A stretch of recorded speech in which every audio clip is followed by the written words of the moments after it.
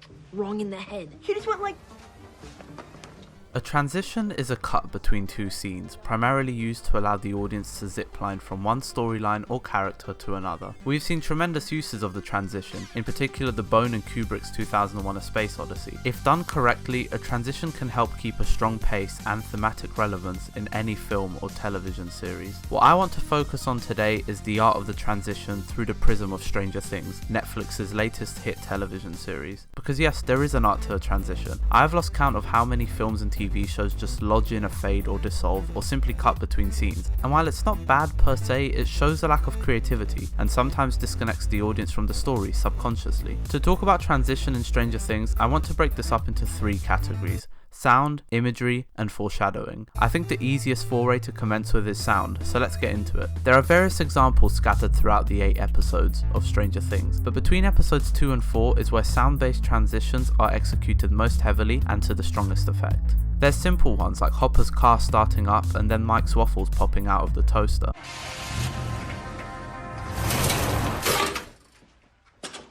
The Duffer Brothers, creators and writers of the show, understand when to use sound if there isn't any thematic way to transition from one scene to another. By injecting this similar sound, it allows them to put a thread between two disconnected scenes, connecting them in the end. Sound can simply be used to sew two scenes together, as seen in that small example. Later on in this episode, the Duffer Brothers do the same thing. When the search party, led by Hopper and his colleagues, are yelling Will's name, we start to feel as though the cut to this scene will be abrupt and disjointed. Yet what is executed instead is a mixture between imagery and sound. We cut to Hawkins High School, the school Will attends, but that's not enough for this to work as a strong transition. What's great about this is that the yelling of is drowned out and converted into the sound of music blaring out of a passing car.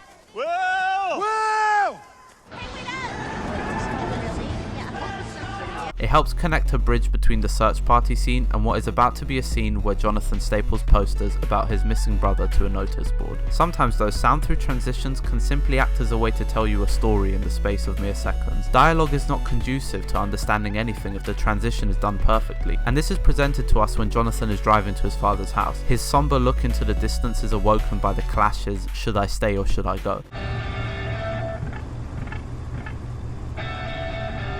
As his face somewhat lights up, we cut to a flashback between Jonathan and his brother. The same song lingers in the background as the two brothers jam out. You can cut out the dialogue, the character movements, and anything else, yet the transition alone, in the space of 2 to 3 seconds, tells you one important thing: that the two brothers were close. Instead of giving us a disconnected scene just to advance character relations and plot, we get a transition to tell the story. You see, the transition is a simple concept rarely ever used to its full potential. If more filmmakers and editors accepted creativity within transitions, then there would be a genuine spike in audience connection with the final product, because nothing is cooler than a merging of sound to tell us a story through visuals and audio. Later on in that sequence, as the music continues, we get this awesome bit of 80s cheese. Everybody knows that film in the 80s was ridden with cheesy comedy, action and editing, and I love that the Duffer Brothers can both pay homage yet carve their own story out of the 80s. We cut back to Jonathan still in his car, timed perfectly with the lyric "Should I Go?" as we get this shot of a sign reading "Leaving Hawkins." It isn't anything revolutionary or eye-opening, but just a testament to how much the Duffer Brothers love and respect this era of filmmaking. But transitions aren't always effective with just sound. Sometimes you need to inject some imagery, perhaps the most difficult to do because it requires the audience to analyze and inject their own thoughts. If you get it, the transition works perfectly, and there are a few bits of imagery that work astoundingly as transitions in Stranger Things. Imagery can be used to juxtapose character situations and emotions. For example, this transition in episode 2.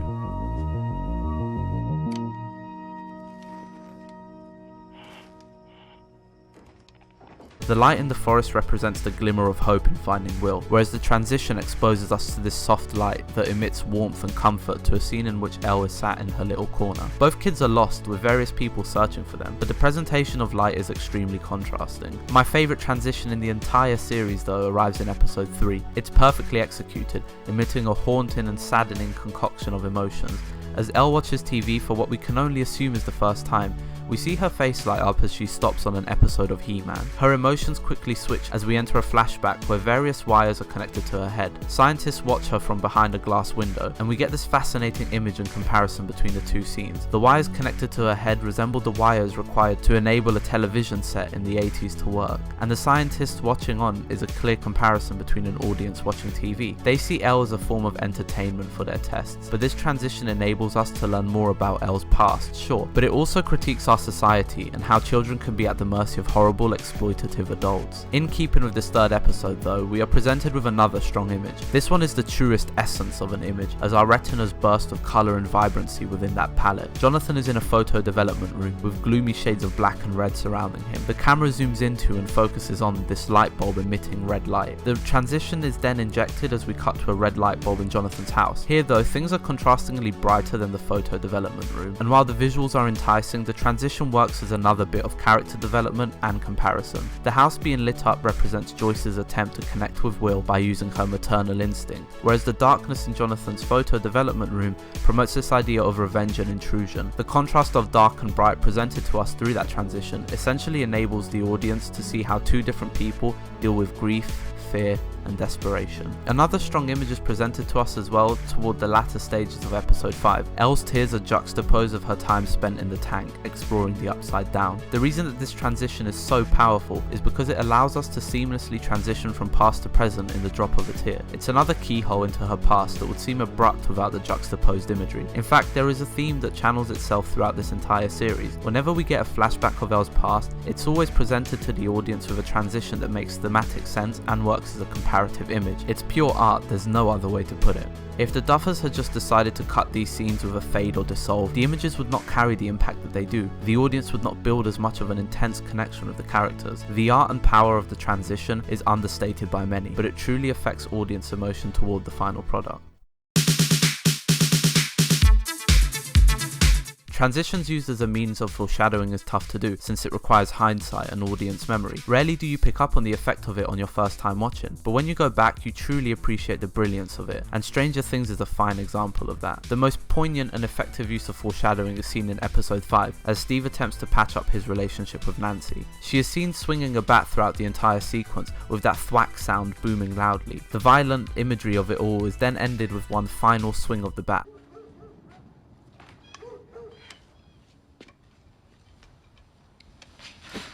As this happens, we transition into a raucous argument between Joyce and her ex-husband. Heard about him? You never did! Jesus, Joyce. It was his funeral today. Do we have to do this right? Now imagine if Nancy had not been swinging her bat, if the conversation with Steve had simply ended quietly, and then all of a sudden rampant yelling ensues as the scene changes. That would distort the audience, abruptly injecting a scene of loudness against one of calm. The visual cue of the bat swinging allows us to fixate on the idea of violence and loudness, so that once the transition kicks in, we simply accept it. It works thematically, and it also foreshadows the incoming argument as a means of preparing the audience. Ultimately, transitions can be used to stunning effect. They can emotionally connect an audience to characters without the use of dialogue or movement. They can poke a thread between two disconnected scenes and in turn connect them, and they can also be used as a tool for foreshadowing to prepare the audience of what's to happen. I'd like to thank the Duffer Brothers for respecting the audience with this terrific throwback to the 80s. Stranger Things is an intelligent and smart piece of television that will, in years to come, stand as one of the best during this golden generation of content. Should I stay or should I go?